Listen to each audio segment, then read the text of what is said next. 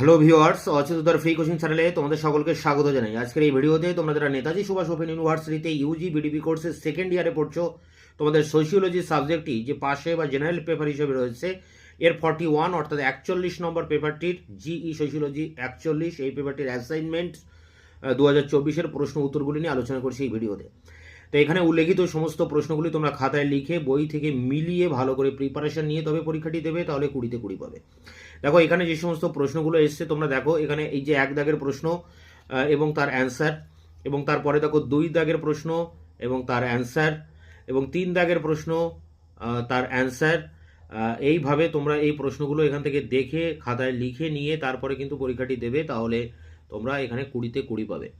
এখানে প্রশ্ন এবং কি এসেছিল সে প্রশ্নগুলো তোমাদের সামনে তুলে ধরছি, এবং এর অ্যান্সারগুলো এখানে উল্লেখ করা হয়েছে।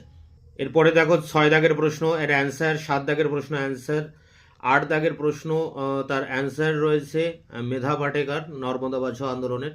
পরেরটি 9 দাগের প্রশ্ন, তার অ্যান্সার মানে সোশ্যাল কন্ট্রাক্ট কে লিখেছিলেন, রুশো। 10 দাগের প্রশ্ন ফ্রেঞ্চ রিভলিউশনস কবে হয়, 1789 সালে।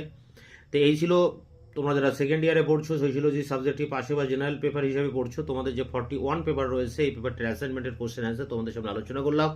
এটি সংগ্রহ করে পরীক্ষার জন্য প্রস্তুতি নাও। দেখা হচ্ছে অন্য কোনো ভিডিও ক্লাসে, ততক্ষণ চ্যানেলকে সাবস্ক্রাইব করে রাখবে, বন্ধুদের কাছে শেয়ার করবে, এবং ভিডিওটি ভালো লাগলে অবশ্যই লাইক দেবে।